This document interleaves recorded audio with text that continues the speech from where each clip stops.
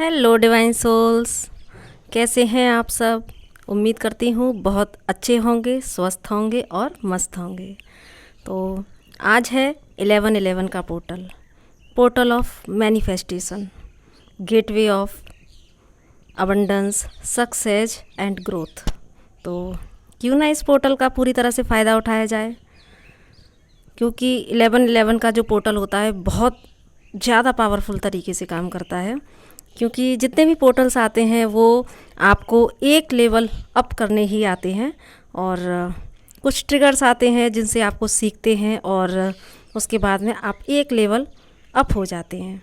तो ये जो 11/11 का पोर्टल है, 11 इस साइड 11 दूसरी साइड, तो यानी कि एक गेट जैसी जो बनती है पोजीशन, इसका मतलब वो एक गेट होता है जिसमें आप एंटर करके उस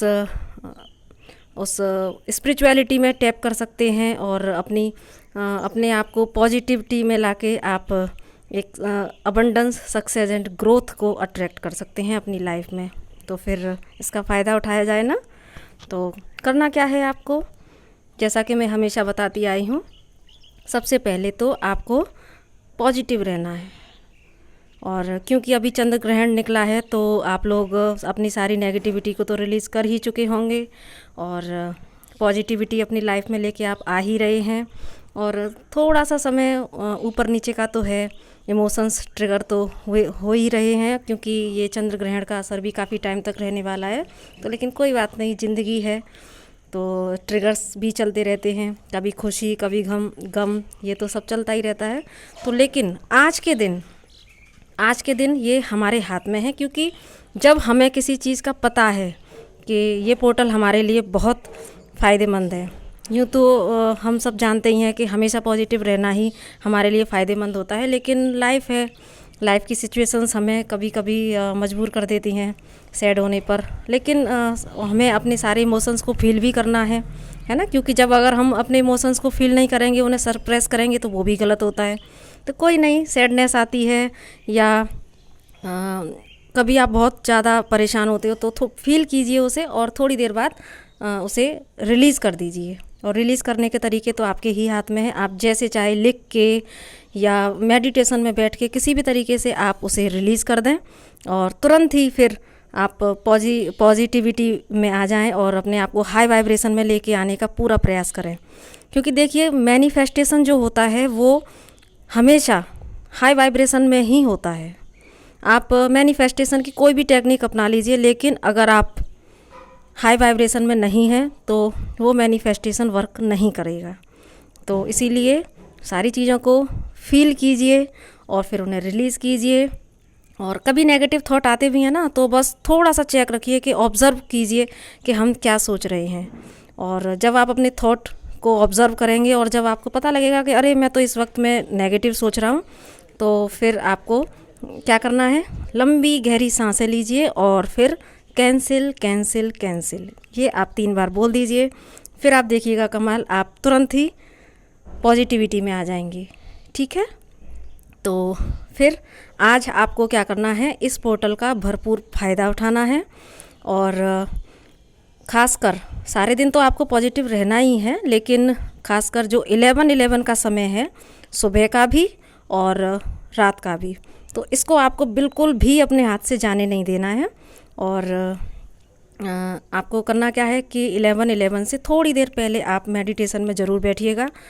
और मेरी माने तो आप 10 साढ़े 10 बजे करीब पहले बैठ के अपनी सारी नेगेटिव इमोशंस को रिलीज़ कीजिएगा, ताकि जब 11/11 घड़ी में बजें तब आप फुल हाई वाइब्रेशन में हो और सारी नेगेटिविटी आपकी रिलीज़ हो चुकी हो। तो जिस भी तरीके से आप अपनी नेगेटिविटी रिलीज़ करना चाहें आप कर दीजिएगा। उसके बाद में जो 11/11 का वक्त होगा, उस समय आप फुल इंटेंसिटी के साथ, पूरे फेथ के साथ, पूरे ट्रस्ट के साथ जो भी विश अपनी मैनिफेस्ट करना चाहें वो आप विजुलाइज करते हुए, यूनिवर्स को थैंक यू बोलते हुए मैनिफेस्ट कीजिएगा। जो लिख के करना चाहते हैं वो लिख के करें, और नहीं तो मेरा तो मानना ये है कि आप थोड़ी देर पहले मेडिटेशन में बैठ के अपने आप को हाई वाइब्रेशन में लाके यानी अपने को पहले ब्रीदिंग एक्सरसाइज करके, जो पूरा प्रॉपर मेडिटेशन करना नहीं जानते हैं तो वो ब्रीदिंग एक्सरसाइज करके, या जो प्राणायाम करना जानते हैं वो प्राणायाम करके अपने आप को हाई वाइब्रेशन में लाके फिर 11/11 के टाइम पर अपनी सारी विश मैनिफेस्ट कर सकते हैं। और यही प्रोसेस आपको रात में भी करना है, दोनों टाइम का जम के फ़ायदा उठाया जाए ना। और उसके बाद में फिर आप लेट गो कर दीजिएगा और सारे दिन भी पॉजिटिव रहने का प्रयास कीजिएगा।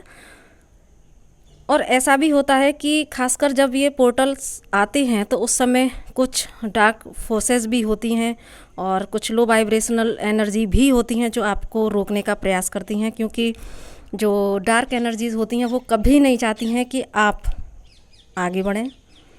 तो इसीलिए आपको उनका डट के सामना करना है।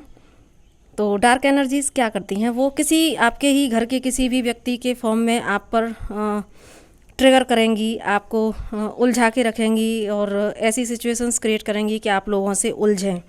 तो लेकिन जब अगर आप अवेयर हैं तो आपको उनसे उलझना नहीं है, खासकर आज के दिन तो नहीं उलझना है। और नो रिएक्ट की पॉलिसी अपना लीजिएगा, ठीक है। लंबी गहरी सांस लीजिएगा और लेट गो कर दीजिएगा कि चलो आज नहीं देखते हैं आपको, अब और कल भी नहीं देखना है। ऐसे तो अब बस जो है, अगर किसी के लिए कुछ गलत आ भी रहा है तो उसे लिख के जला दीजिएगा, ठीक है। और बस क्योंकि हमें किसी को कर्ज नहीं करना है, तो बस एक इसीलिए ये 11/11 का पोर्टल बहुत पावरफुल है। तो एक छोटा सा वीडियो आपके लिए बनाने आ गई हूँ। तो वैसे मैं जानती हूँ I am too late, but कोई नहीं, माफ़ कीजिएगा एंड इसका जम के फ़ायदा उठाइएगा। Thank you, bye, take care.